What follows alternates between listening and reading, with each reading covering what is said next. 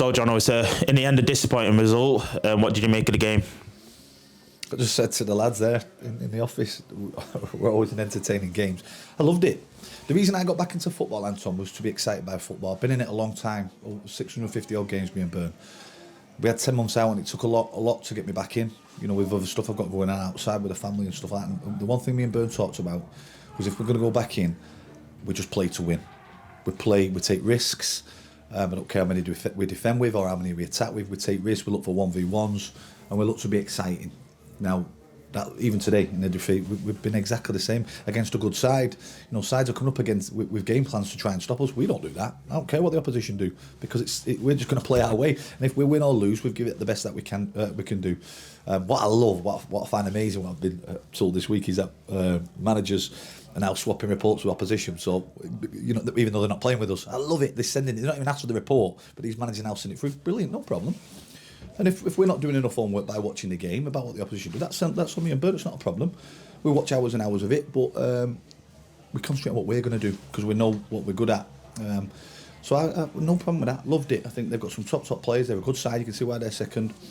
Probably the most dangerous side we've come up against in terms of counter-attacking. You know, they're more than happy to sit in and play for moments, and you saw that, you know, with some couple of great finishes by 𝗬𝗲𝗀𝗲𝗀𝗲, and then what a goal by Hardcastle, you know. Good goals, no issues, but from our point of view, we did everything we could.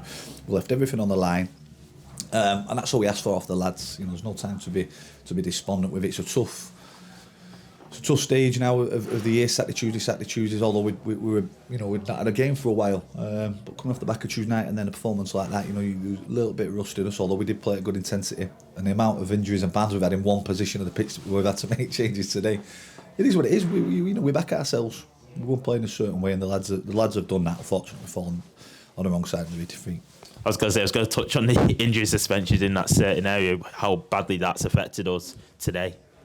Yeah, well, it is when it's like the last kick of training on Thursday night where you've done your whole, the way we're going to set up and the way we're going to play on the ball with certain players in certain areas of the pitch and they get an injury. So Luke Joyce had to go and sit in the back line. No problem. We don't, you know, you're up against the quickest player in non-league football, and he's done an unbelievable job. Fantastic, but that's what experience gives you.